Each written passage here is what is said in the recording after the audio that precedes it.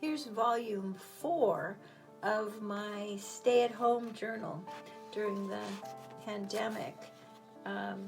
This one has a very strong theme of succulents. What you're looking at on the cover is a part of an art quilt I made. Here's the other part.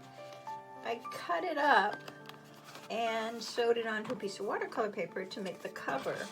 And that's what inspired me to make this whole journal be succulents, because that's the theme of that art quilt. So I've used some stencils in the background from Stencil Girl. They're the chakras. And most of these succulents I have in my own garden. This is a stamp I carved. And there's also a stamp I carved. And yeah, I'm sewing on the pages with my sewing machine.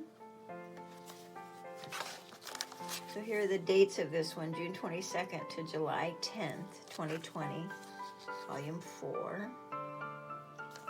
This is an overlay with vellum and colored pencil.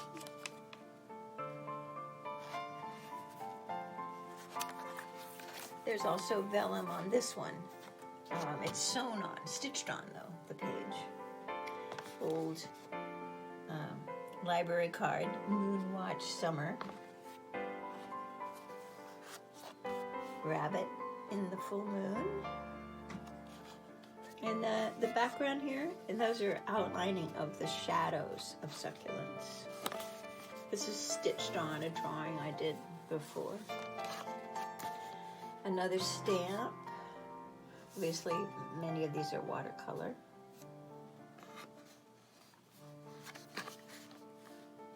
It's gouache. I never used gouache, but it was kind of fun on that brown paper.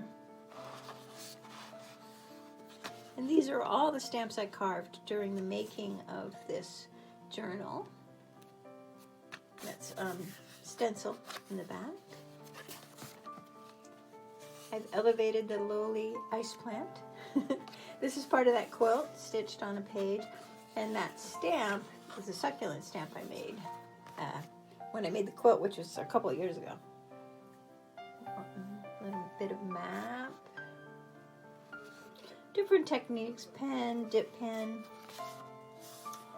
different weights of pen. I tried to find out the name of each of the succulents after I painted it.